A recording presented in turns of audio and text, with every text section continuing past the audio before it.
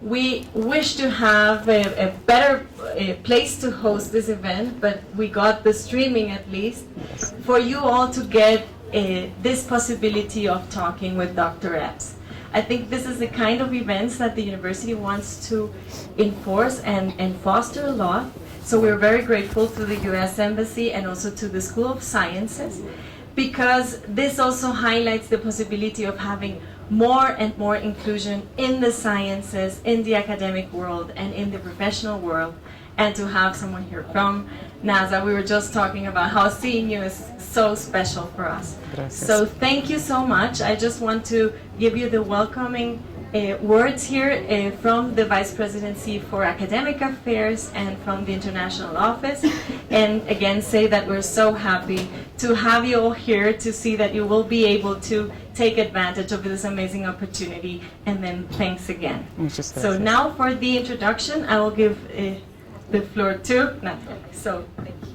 Thank you. Thank you. Good morning. Buenos días. Voy a hablar un poquito en español. Es un gran placer estar aquí con ustedes y poder presentar una invitada muy especial, como mencionó Caroline. Muchas gracias a la universidad. La doctora Jeanette Epps, que es una astronauta de la NASA. La Embajada de los Estados Unidos invitó a la doctora Epps a visitar Colombia como parte de nuestras celebraciones de 50 años o el 50 aniversario de la misión Apollo 11 este año. Antes de darle la palabra a doctora Epps, me gustaría compartir con ustedes parte de su trayectoria. La doctora Epps fue seleccionada como astronauta por la NASA en el año 2009.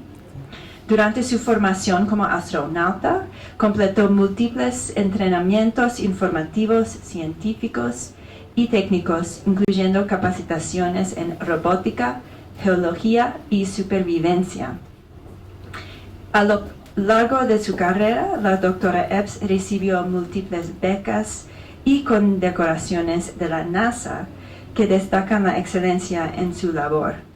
Por ejemplo, en 2003, 2004 y 2008 recibió el premio al desempeño excepcional. Adicionalmente, publicó artículos en varias revistas que describen su trabajo investigativo. Antes de ingresar a la NASA, la doctora Epps trabajó para Ford Motor Company, donde le fue otorgada una patente profesional y una patente de los Estados Unidos. Actualmente se desempeña como astronauta de apoyo de la tripulación de la Estación Espacial en la sede de operaciones. Es un honor para nosotros recibirla en Colombia y esperamos que disfruten de la oportunidad de conocerla y escucharla. Muchísimas gracias. Gracias.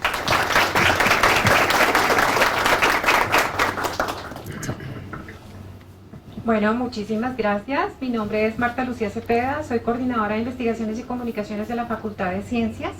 Nos unimos a este evento también en el marco de la celebración de los 50 años del aterrizaje del hombre en la Luna. Entonces, creo que este año es muy importante para nosotros por esas razones.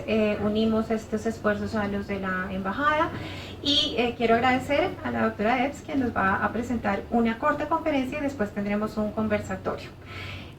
Everything is going to be in English, so I will appreciate also if you communicate this to your peers and your colleagues about this great event. Gracias. Do you want to say some words? I think it's your okay. turn. Yeah, so maybe I'll move this way. Okay. Let's see if my mic is working. Let's see. So maybe I'll use this other mic. I don't think this one is working. I'll use this one. We'll use both because this one is for streaming. Okay. I understand. Okay. Okay, gracias. So it's a pleasure to be here with you guys. I think events like this are very important, not just for the United States, but for Colombia. And it is my goal also to inspire the next generation. I think that students, the students in the United States, they often have questions about the training that we do. They also have questions about, what is it that we do once we graduate after astronaut candidacy. So I chose to focus my presentation today on all the training that we do as astronauts.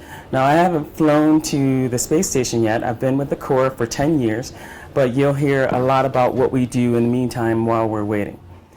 And I want to encourage you highly to ask questions as I go through the presentation. So with that, we'll start with a little bit about my background. I don't know if we want to turn the lights down. We can't do it on that side. I think it's on this side of the room.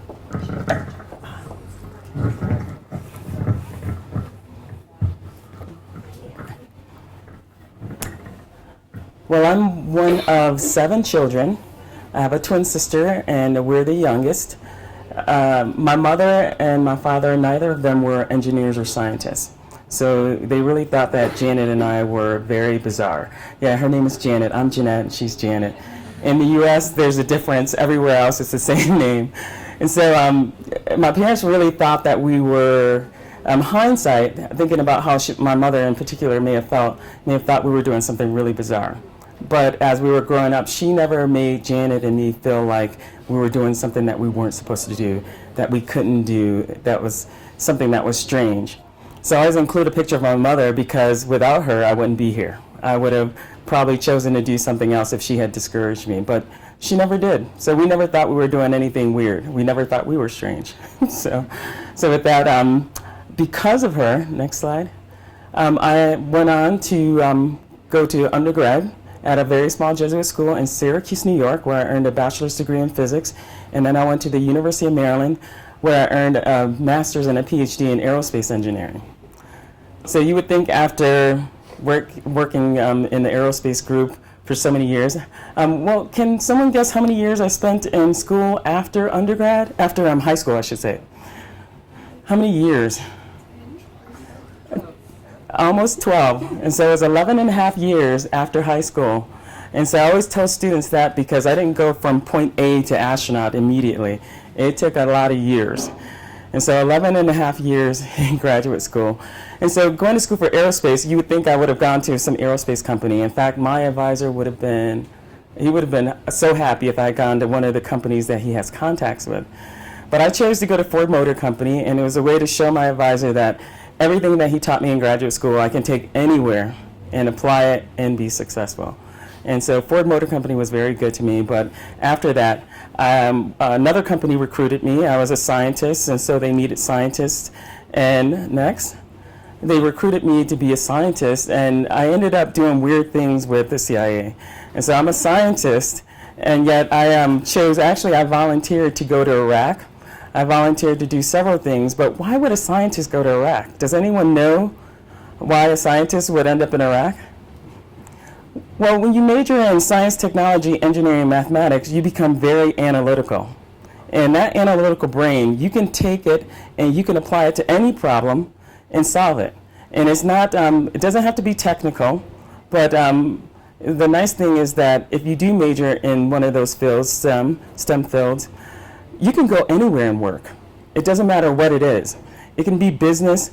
In fact, it can be financial modeling, where some of the guys that I went to school with ended up going to like Fannie Mae and becoming financial modelers and made millions. Go figure. But that's from an analytical brain, I know.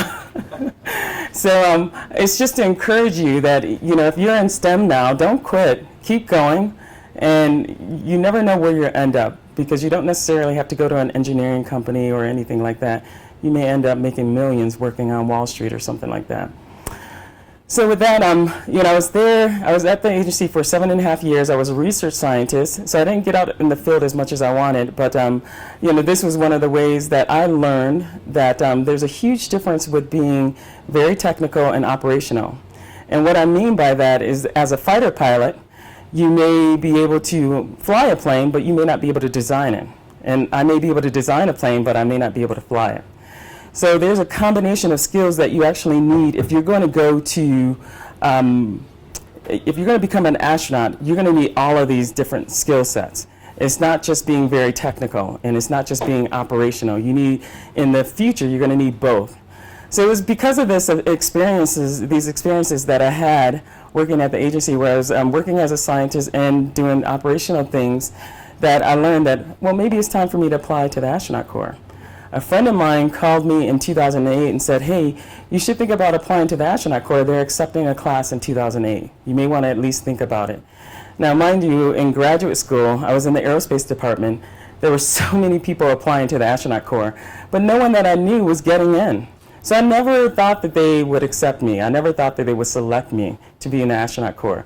It wasn't until I was older where I realized that, maybe I have a skill set that they can use.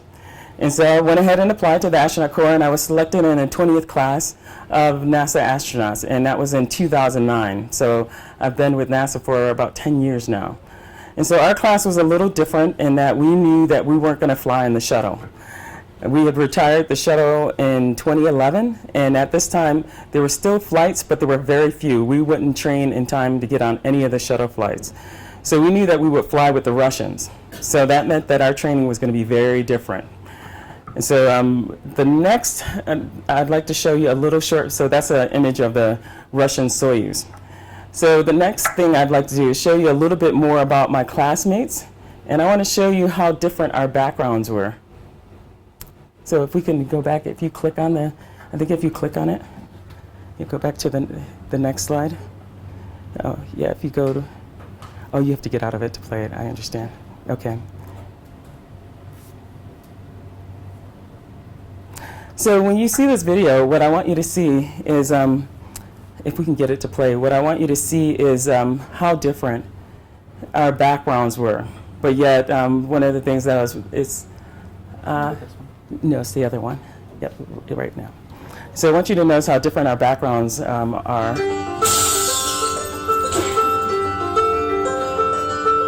So I didn't develop this. Actually, one of the Air Force guys put this together as a recruiting video for 2013.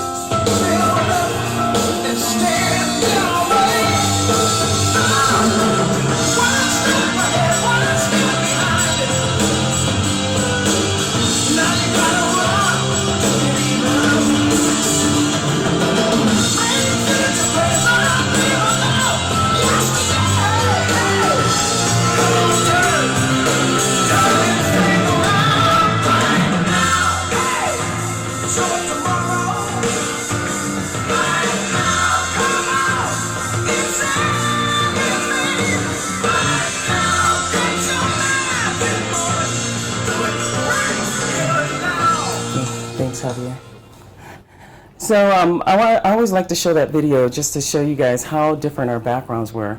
And I think it's going to be important in the future where I think the world is getting smaller, especially with social media and different things like that. And so having different backgrounds and being able to come together as a team and accomplish a mission is going to be very, very important. In fact, when I got out of graduate school, I was surprised that I was one of the only Americans in my group that graduated. And so I graduated with a gentleman who was from South Africa and another guy who was from South Korea. And so that was one experience where I learned that you never know what team you're going to be working on and where you're going to end up. It could be someone from Tajikistan, you never know.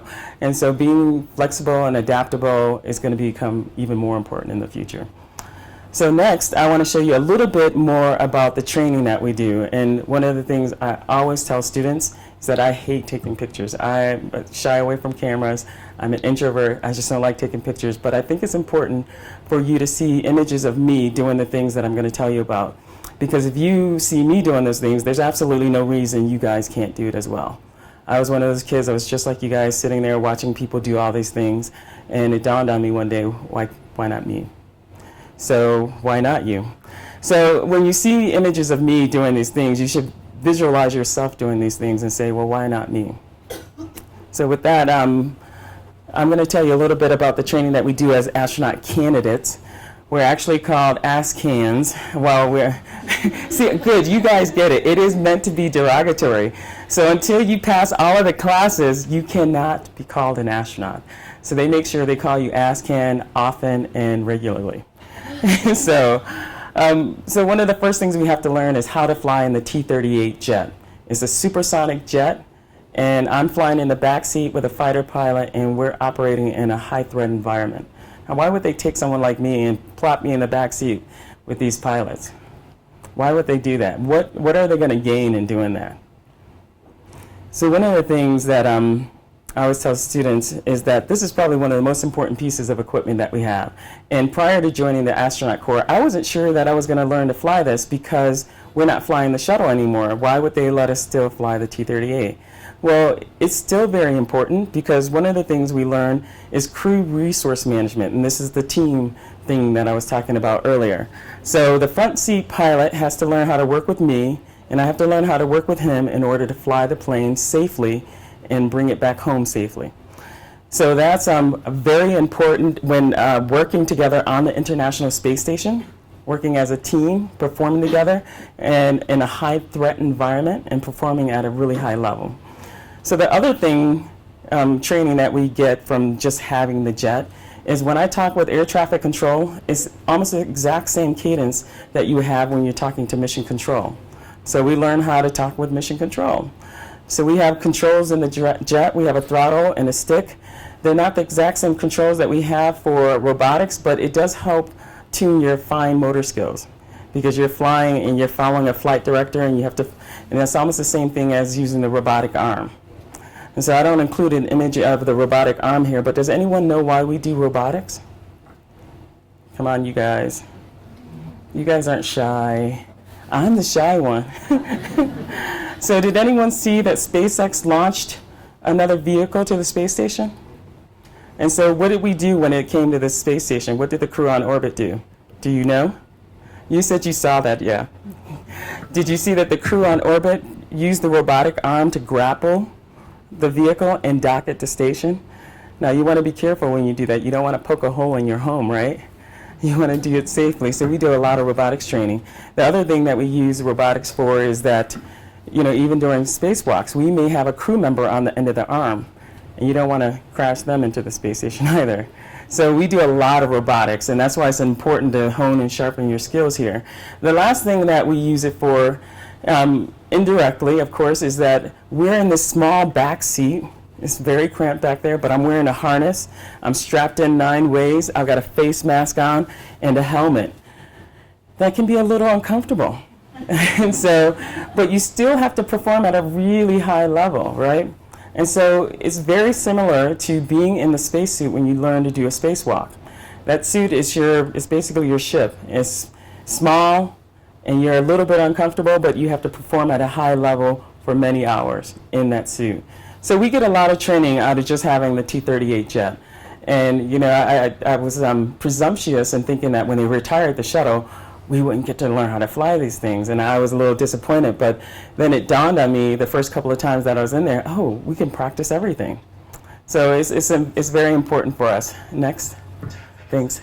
So extravehicular activity is another name for spacewalk training, or EVA. So you can tell here that this is me in the suit, and you can tell that I'm underwater because you can see the bubbles coming out.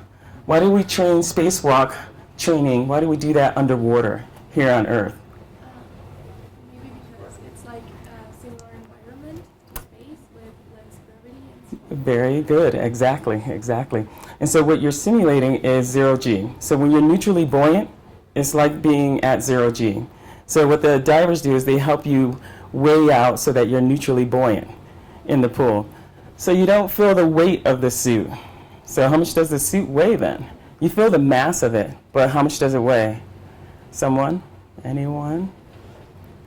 I always tell the students, especially in Colombia and overseas, I'll take kilograms or pounds. But you have to make a guess. One guess. 100 kilograms? A little bit more. More? Yes. 150 kilograms? That's probably the closest because it weighs about 310 pounds. And so if you're not neutrally buoyant, you'll feel that 310 pounds because you, being in the water too, the suit starts taking on water and you start becoming negatively buoyant and you feel the weight of the suit. But you really should only feel the mass of it. So here's my favorite part too. I always tell students where we have the suit on, 310 pounds. Underneath that, we have a liquid cooling ventilation garment to keep us cool in the suit. You can imagine you can work up a sweat in the suit. We have 32 ounces of water and we're wearing a mag. Does anyone know what the mag is? Sounds cool, right? So cool. We get to wear a mag. But it stands for a maximum absorbency garment. And that is the infamous diaper. So students in the United States always ask about, where did the diaper come from? Where does it come from? Well, you know, you're in the suit for 6 hours at a time when you're here on Earth. So 6 hours at a time, 32 ounces of water. You may have eaten a big breakfast because you know you're going to be in that suit for 6 hours straight. You don't have any food in there. You only have 32 ounces of water. And you got to pace yourself to work all the issues and problems that they give you during your training event. 6 hours. So you have a diaper. And so the rule is that you have to wear the diaper, but no one admits that they use it. I've never used it. So this is probably one of the toughest things that we do physically and mentally, because if you think about it, as you get to the end of your 6 hours, you're exhausted, but you still have to perform at a high level. So you have to stay very cognizant of what you're doing all the way through the 6 hours, even though you're exhausted and you're tired, you have a mag on, and you may get close to running out of water too. So this is one of the most physical things that we do, and mentally along with that. So of course, because we're flying with the Russians and we're flying in their shuttle, we have to learn a certain level of Russian language. And if you think about it as well, the Soyuz, all the panels are written in Russian, all the manuals and procedures are in Russian. Your commander inside the Soyuz is going to be Russian, and then when you live on the space station, up to 3 of your crew members are going to be Russian. So it would behoove you to learn as much Russian as you can. And earlier I was telling people that my Russian is as good as their English, so that may not always be good. And so each group always strives to learn as much as they can. So to that end, we also do language immersion. I spent 5 weeks in Russia trying to learn the language. And even then, even now, I'm still not fluent. It's a very difficult language. But this actually was one of the best events because you learn a lot about the culture and the language together. And that all plays into getting along with your crewmates. Next. One of the things that we do in order to become a little bit more self-aware and to learn about our crewmates, our potential crewmates as well, is we do National Outdoor Leadership School. And this is a school where they take groups out and they take them on these very difficult camping trips. I know you guys are like camping, it's not that big of a deal, but what we're doing is we're hiking in and out of the Canyonlands in Utah, and we're wearing a backpack that weighs between 50 and 60 pounds. And it becomes difficult because we're there for 10 days.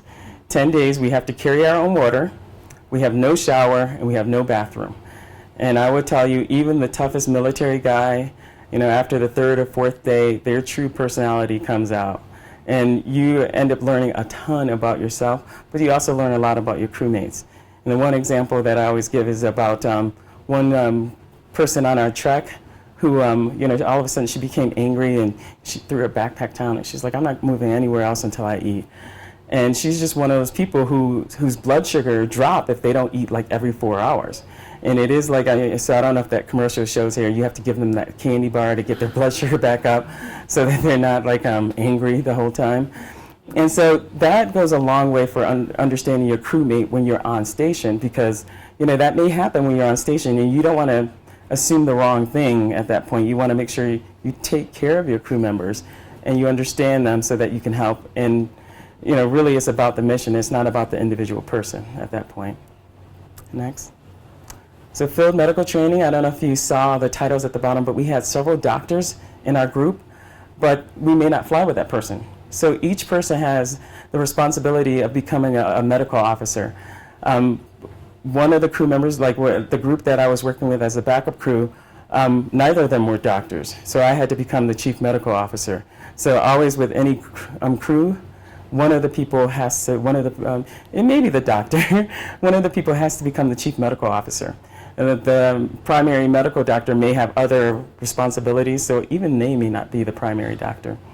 So next. Geology. This was something that I hadn't done until I came to NASA. So why does, and I think these guys know, why do we do geology? Yeah, I caught that. You've got the German flag on too, I see that. So why do we do geology? In which environment? That's good. Which environment though? Good, exactly. So in 2024, we do have a new mission to set foot on the moon again. And the reason we want to do that is we want to exploit the moon just a little bit more, because we went there 6 times with the Apollo. But, I always give the example, it's like coming to Bogota and going to 6 different places and saying that you know all of Bogota. And so now what we want to do is really go back and study the planet, study the craters, and we want to take samples from each crater that we visit, because we'll end up taking samples of the moon surface, but also of what impacted the surface. And if we can figure out what impacted the surface, maybe we can figure out where it came from, and if it happens again in the future, maybe we can prevent it. So we're still going to do a lot of research on the moon, and geology, understanding geology, is the beginning of that. And then once we figure out the moon, and we use it kind of as like an engineering test bed, we'll use propulsion systems, different materials, we'll even use the human body as an experiment. And maybe we'll take all of that data and get to Mars. So fingers crossed. Maybe not in my lifetime, but definitely one of you guys can develop a propulsion system that'll get us there and bring us back. Next. So this was, apart from getting the chance to fly, this was probably one of my favorite things to do. NEMO 18. So NEMO is NASA Extreme Environment Mission Operations. And what we do in these NEMO missions is we live underwater. And so my group, we lived underwater for 9 days, but we've had crews stay underwater for 2 weeks. And so why would we want to do that? So the environment is such that we can simulate what we would do if we went to another planet, if we went to an asteroid, different things like that. And so what we wanted to do here was simulate a mission that we would have. And one of the things you have to notice here is that my crew was very international. Our commander was Aki Hoshide from the Japanese Exploration Agency, Mark Vande Hei, colonel in the Army. And then you had me, and you had Thomas Pesquet from the European Space Agency, and he's from France. And then we had 2 habitat techs live with us as well.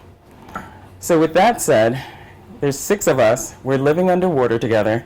I know that doesn't sound difficult until you look at the next slide, and you see where we lived. So we lived in that small little habitat there. It's 9 feet in diameter. It's about 43 feet long, and it was under the water at we lived at about 50 feet.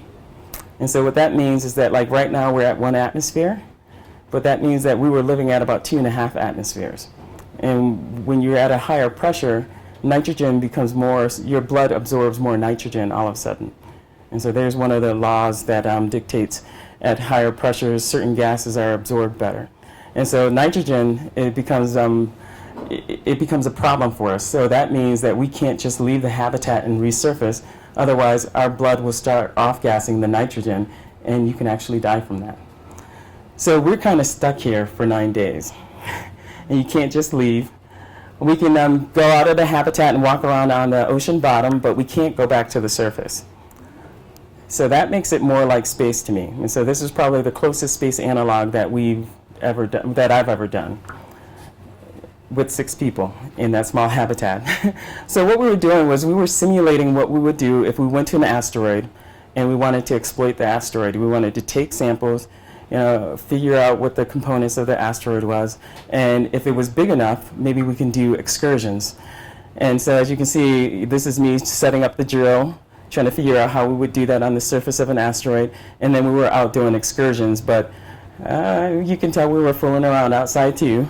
And so we worked really hard, and our commander, Aki, he's a workaholic, but the nice thing about him is that he made sure we got all the work done. But when it came time to have fun and do anything, he was also the commander of that too, so he's the ringleader. And so it made for a really good time with the 5 guys living underwater. Next. So I do always show this picture too, because you can see we're across from each other. This is how we slept every night, in bunk beds that close together. So we were in very close quarters for 9 days. So this goes back to the team thing that I was talking about earlier. You can be the smartest person in the room, and I know at this university there's some smart people. But if you can't get along with people, if you can't survive 9 days, you probably won't go very far. And so 9 days may as well be 9 years in that case, because it can be, we are very close. I mean, extremely close in this little habitat. So, but you can see at the end, when we splashed up, we were still good friends. And to this day, we get along very well. And Aki has been a mentor for me for many years now. So think about that in the future when you're on these teams, especially engineering teams, and being inclusive. One of the things I loved about Aki is that he always went around the table and asked everyone's opinion. He didn't want just one opinion. He wanted everyone. And yes, ladies, it never dawned on me, but until someone asked me, so you were the only girl there? And I said, I guess I was. And so it was never, the guys never made it a big deal, and so it really wasn't an issue, unless you make it an issue. So, there are places where, it does become an issue, but I will tell you, in this case, it really was never an issue. Next. So November 2011, we finally graduated and shed the ASCAN name, and we could be called astronauts. So what does that mean? What did that mean in 2011? Next. Thanks, Javi. So what that meant was that now we are eligible to go live on the International Space Station for up to 6 months. We will conduct experiments, and each individual person that goes to space is an experiment in and of themselves as well. We would go there on the Russian Soyuz, and we would return via a small crash landing into Earth. There's a parachute, but it is about a 30-mile-per-hour crash into the Earth. Maybe not be fun, but but this is the only way we have to space, and the only way we can return. But we do have some other things coming up. I'll tell you about this a little later. Next. So a little about the space station. It's about the length of an American football field, and it's about the width of an American football field. It's moving at 17,500 miles per hour around the Earth. So what that means is that every 90 minutes we orbit the Earth. And in a given day we have 16 orbits. So it's a little less than 90 minutes, but it's almost 90 minutes. So every 90 minutes you'll see the space station going over, if you're in a particular part. So I don't know, has anyone ever seen the ISS Tracker app where you can track, Martha has. And so you can track when the space station is going over Colombia, and you can see it going over, and it's very distinct because it's moving. Okay, I better speed it up. And so it's very distinct to see the space station going over because it's moving really fast. And so it's like a star moving fast. And so you can easily see it once you know where it's located in the sky. Okay, we're gonna have to speed up. So why are we doing research in space? Why are we spending resources to figure this out? And what are we going to gain? So this is a candle here on Earth, and this is how it burns in space. So on Earth, we have gravity. So you have light particles floating up, and heavier particles, because of gravity, fall. That doesn't happen in space. So we get something that looks like that. So we realize that there's a lot of processes that take place here on Earth that are masked by gravity. So even cell processes are masked. We've learned that certain genes turn on in the human body and certain genes turn off when you're in space. So understanding the human body and how gravity masks certain things and how it controls certain processes in our bodies will help us to get to the moon and then to Mars. Next. So like I said, we retired the shuttle. Our only way to space is the Soyuz. Next. And soon, over the next 2 years, we should have the SpaceX Dragon and the Boeing CST-100. And those vehicles will only take us to the International Space Station. Next. So a little of the training. Once you're assigned a mission, then you do a ton of training in Star City, which is right outside of Moscow. And I'll flip through these slides relatively fast so that you guys can ask questions. So one of the things we have to do is, if you go back to the other one, and just really quickly, we have to learn how to put on the Russian suit, the Sokol suit. So there's it's a very unique suit that's been used for years and is very reliable. And then we also have a seat liner. We have to learn how to sit inside the Soyuz. And that's actually the position that you would sit in inside the Soyuz. Next. So we do water survival training. So we start out in the capsule with the hatch closed. We're in these Sokol suits. Next. And we have to change into our waterproof suits. And I know that doesn't look like, that's not such a big deal. Well, it's not until you look inside the Soyuz. Next.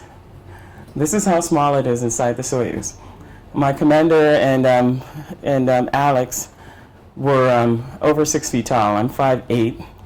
They were much taller than me. And so for us to change inside the Soyuz, it was a long day. And then you're on the water, and it's moving, and it's hot in there. So that's one of the reasons they want you to train this, so that you know what to expect if you have an off-nominal landing in the water. Next. We also do winter survival training because they had an off-nominal landing in Siberia at one time. This doesn't seem like a big deal, but when you stay outside in the cold in Russia for 14 hours, you really want to get back inside. So next, we're initially in these suits. And then next we have to change to our winter gear. Next. So we have pretty good gear. There's also a machete inside the Soyuz, and we use that to chop down trees so that we can make a teepee. I'll show you in the next slide. And we can build a fire as well. So we use the parachute to cover the teepee, and you can see the trees that we had to cut down. They grow more trees. We cut down some, but they grow more. And we learned to make a fire because we want to be found. And so with it being inside the tent, you'll get a smoke cloud out of the top so that the search and rescue crew can find us. Next. Next. So this was my crew. We were the backup crew for the launch that took place in December 2017. So what that meant was that we had to do everything that the prime crew did. Next.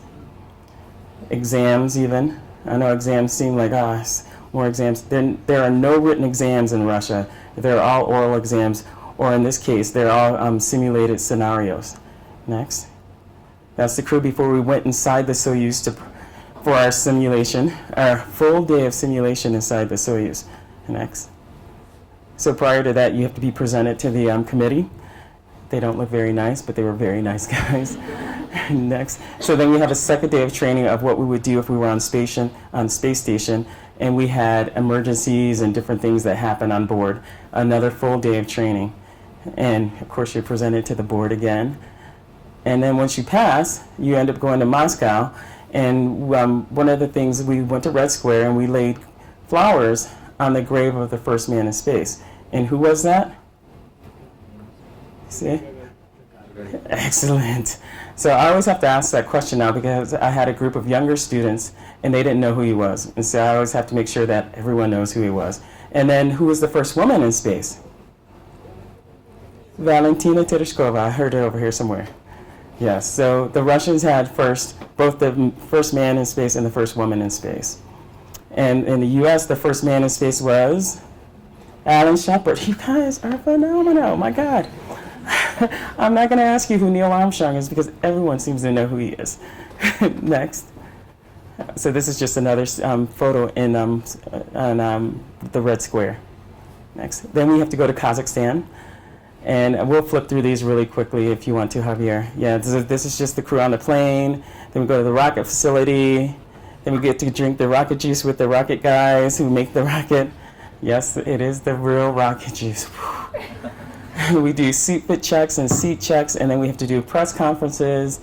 And then we were glad for our crew, for our prime crew. They were launching in the rocket right behind us. We were also sad. We were also because we weren't flying, but and then we ended the day there. So I want to end with one more quick video. And the reason I love this video is because I want you guys to start thinking about what it is you want to do in the future. What kind of world do you want to create for yourselves and the next generation after you? Let's see if we can get it up. It's not on the screen. Yep, it's not on the screen. Stand by, guys.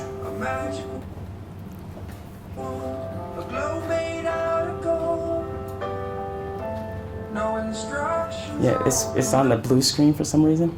I'm not sure why. So it's not projecting. Oh, did it come unplugged? It may have come unplugged. Ah, no. No, it's still on the blue screen.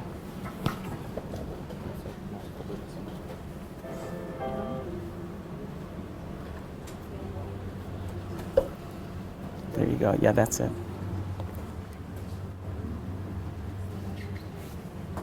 Yep, that's it. Great. Thank you. Yeah, that's it.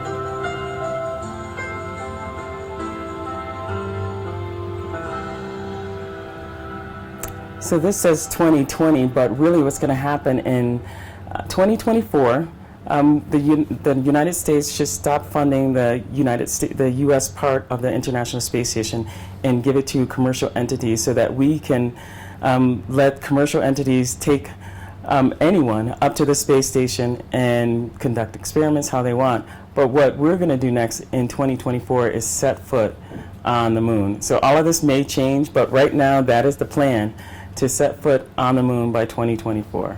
And then use all of that data and eventually, maybe in your lifetime, get us all to Mars. So with that, I'll end there. If you guys have any questions, I'll be glad to take those.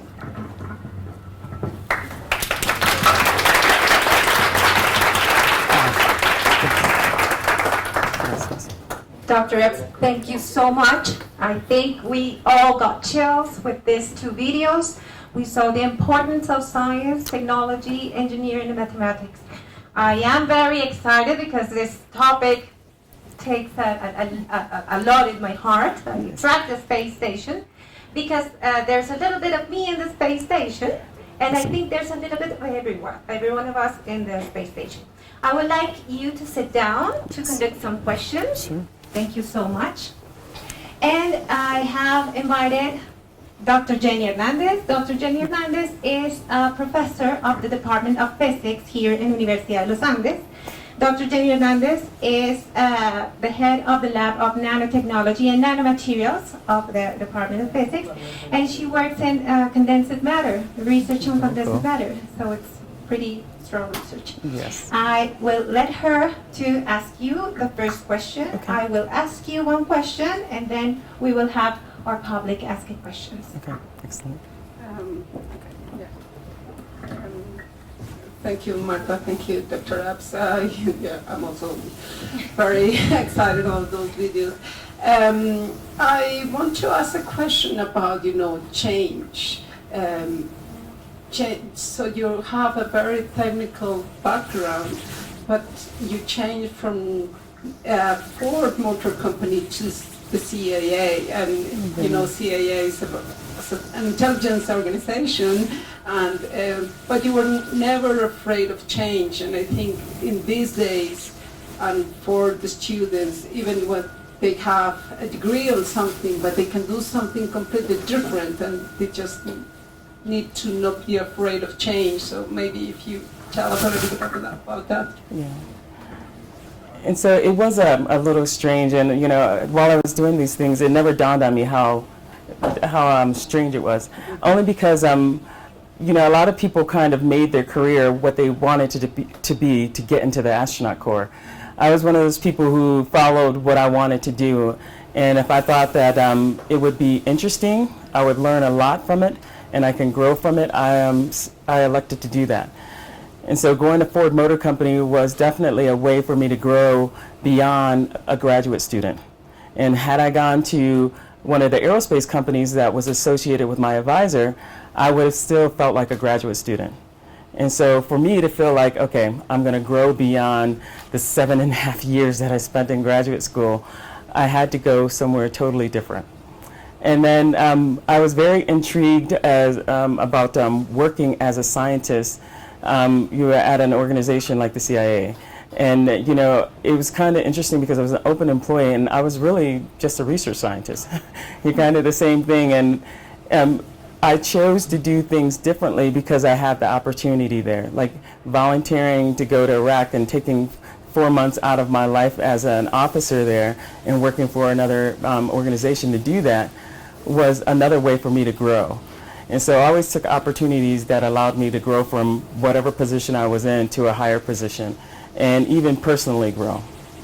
So that was my aim in doing that. And I'm a lifelong student, and I think everyone should become lifelong students and never stop learning. In fact, your brain is a muscle. If you don't lift heavy weights every now and then, it will atrophy. So you got to look for ways to grow. Yes. Thank you so much. We saw the importance of the training that you have to endure during all this time, right? And all these extreme conditions. Yeah. But I think you have also to confront very special, stressful situations where the teamwork is very specific. And I think all of us have heard that very famous phrase that someone mentioned one time, that it says, "Houston, we have a problem," right? A month ago exactly, you had to hear that phrase and you had to solve a problem for the International Space Station. Yes. So please tell a little bit about that and how you confront the stress, and how do you have to put all your knowledge and all your strength in solving problems. So you're referring to being the ground IV for the spacewalk that took place April 8th, a month ago. And so I was the person on the ground working with the crew who was outside the airlock to route cables on the space station so that we can have a redundant source for the robotic arm and other systems on board if we lost one of our shunting units on board the station. And they were also trying to fix things. We had panels that were jammed and things like that. And so I would love to take all the credit for that, but the nice thing about NASA is that we are teams. We're a team of people. And so leading up to being the ground IV, and what it means to be the ground IV is that I'm the only person who, in the mission control, who can talk to the crew. The flight director cannot talk to them. The EVA trainers and the EVA systems people cannot talk to the crew. I'm the only person. So we have to work as a team to coordinate what solution we're going to give the crew that's conducting the spacewalk. And so we're really a team, and it's not even 5 people. It's a team of maybe 25, up to 25 people. And some of the people aren't even in the mission control room. They're in rooms on the outside where they're the experts and they're flipping through books and they're trying to figure out things. And then we all come together and we figure out a solution. And that is why I think teams are so important. I would love to take credit, but John Malarski, Farouk Sabir, Rick Heffling, the flight director, even the person who was sitting next to me who was playing the Capcom, he was the Capcom, Doug Wheelock, he was an astronaut. And so, but those are only a few people of the entire team. So when I say teams are important, you're going to see no matter where you go, especially as social media and other things make the world and the globe smaller. So it was definitely a team effort, and it wasn't one person thinking of the solution. And all of them different backgrounds. All very different backgrounds, very, very different backgrounds. So I love to brag on the team because we are very different. And the stress. And it can't help. So leading up to the spacewalk, we had 6 months of meetings, many, many meetings. We had 6 months of practicing of how we think the crew should perform the activity. We had, and even prior to that, we started at least a year and a half out, but it was much slower. We'd have an event here and there. But as we got closer, there were many meetings, even on Saturdays and Sundays. So as a crew, as a team, we do have the 2 spacewalkers out there and the ground person talking to them, and it seems like there's only 3 people, but there is a huge cast of characters that make it possible and make it successful. So I can't stress the importance of teams. Thank you. So you know that it takes a lot of people to solve this type of problem. I would like to hear a question from you. Yes.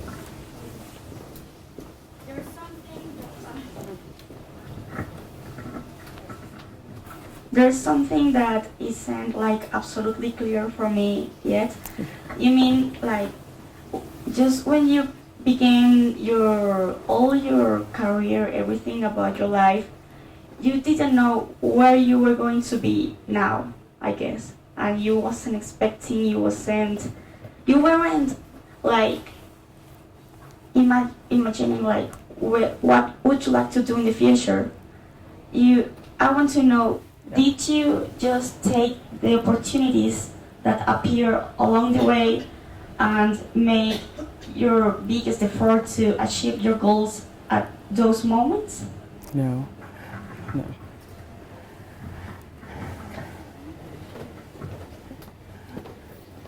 So that's a really good question because I skipped over a lot of this. So when my twin sister and I, when we were 9 years old, we had an older brother who was at school at Rochester Institute of Technology in New York. And we had just gotten our report cards. We're little kids, and we want to make our older siblings, he's like 10 years older than us. He was like, hey, we got our grades. And he's just home from school. We're glad to see him. He's looking at our report cards. And this was, I'm going to tell you how old I am. So this is around 1980 when the first female astronauts were selected for the United States. So it's like Sally Ride and all these other women. And here we are, these little girls, and, we love math and science. And he's like, oh, wow, you guys are doing really well. Maybe you guys can become astronauts or maybe an aerospace engineer. And I said, they'll never pick me to be an astronaut, but I can become an aerospace engineer. I can definitely do that. So throughout all these years, even though I was a physics major at a Jesuit school, it was because the Jesuit school didn't have an engineering program. They only had pure sciences. The Jesuits, only pure sciences for them, and a little applied physics. And so I ended up having to leave the physics and go on to aerospace engineering. And, that's how I started in aerospace. I chose to do that almost from 9 until, I graduated. I was very happy. And then Ford Motor Company came along because I posted my resume at one of the AIAA, well, if you're an aerospace person, that's the aerospace kind of club. I like to call it the club. And so they posted my resume at one of their conferences, and Ford Motor Company contacted me. Other companies did as well because my advisor, he was pretty famous with Sikorsky. I did a lot of helicopter work in graduate school. And so everybody called, and I was pretty happy about that, but I chose Ford Motor Company only because that was the way that I felt that I can grow the most. No other company other than other company from separate from aerospace contacted me except Ford. And I thought, well, maybe this might be a good idea to look into this, at least go interview. And so I went there and interviewed, and I spent 2 hours talking about my research in graduate school, and then I did 11 half-hour interviews with all the people in the research lab there, and I fell in love with it. And so that's why I chose to go to Ford Motor Company. And then I happened to be recruiting in Florida for Ford Motor Company, and I was standing by a recruiter who worked for the CIA. And we're recruiting at a university for he was recruiting for analysts. And he said, well, you know what, you're analytical, you're a scientist. And I said, well, what would I do there? He said, well, a lot of research scientists work there, so you may want to consider it. And so it took a lot of thought on whether or not I wanted to leave Ford.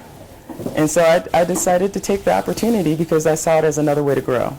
So I don't think anything was haphazard, as it does seem like that. But I kind of ran into these opportunities, and some of them I was looking for, and some of them just happened to be in Florida. Recruiting as well was an opportunity that just cropped up. And then having a friend who was in the astronaut corps call me was another opportunity. But he knew that in grad school, he had many friends applying to the astronaut corps who were phenomenal, who did not get in. And so I was thinking, I don't think I'll ever apply. And he was one of those people also. He never thought he'd apply, but when he went back to NASA Langley, a friend of his said, hey, you should think about applying. And so he did the same thing for me. And, being an aerospace person, everyone wants to join the astronaut corps.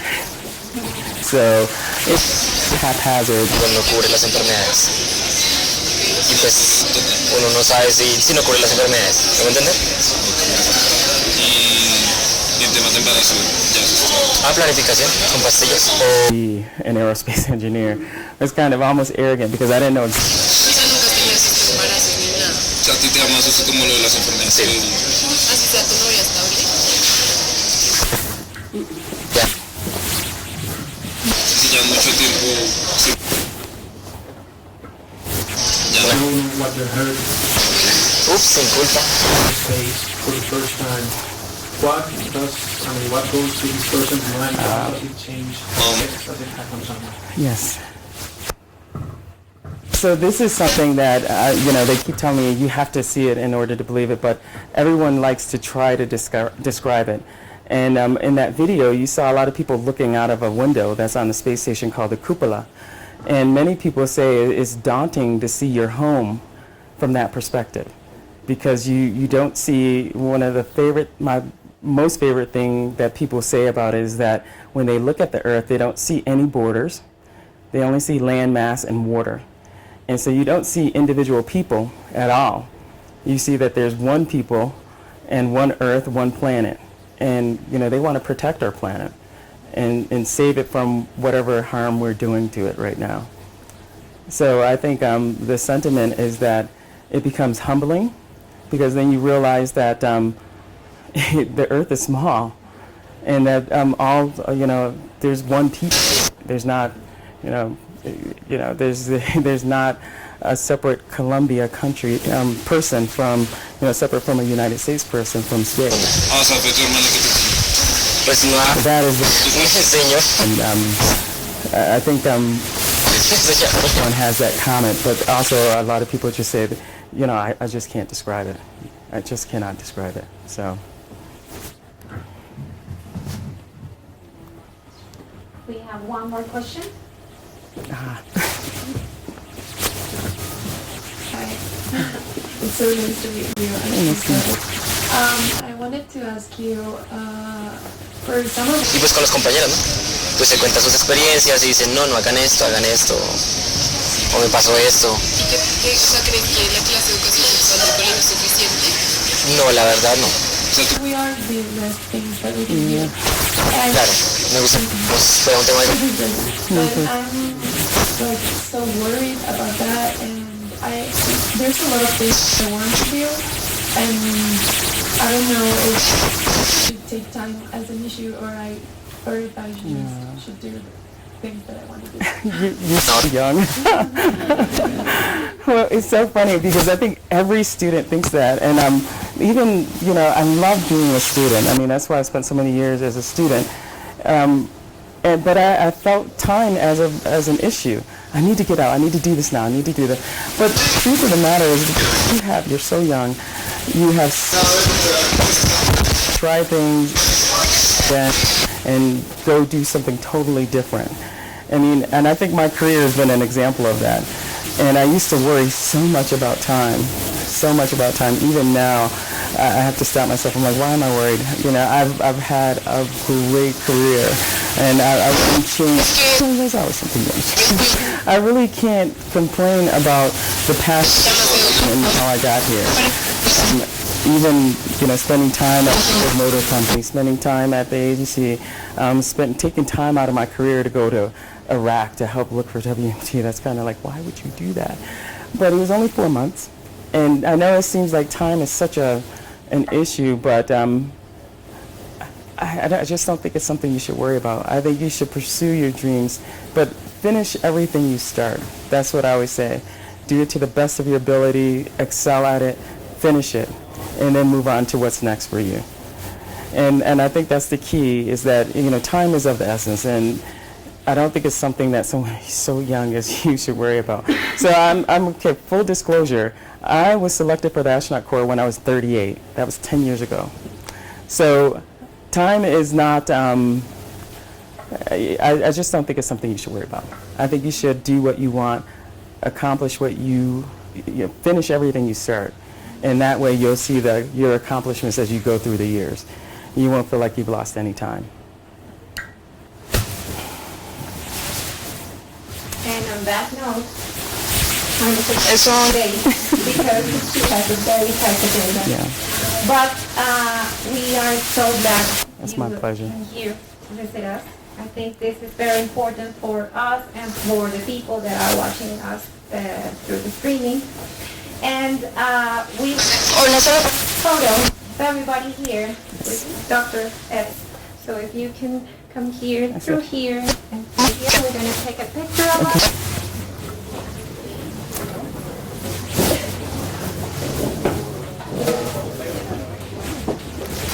How you guys? Okay.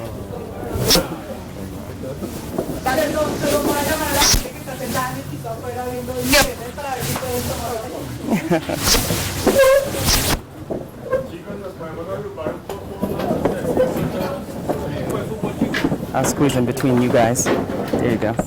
No worries. I'll squeeze in between two. Yes. There we go. Can I help you? Oh, you guys are sweet. There we go.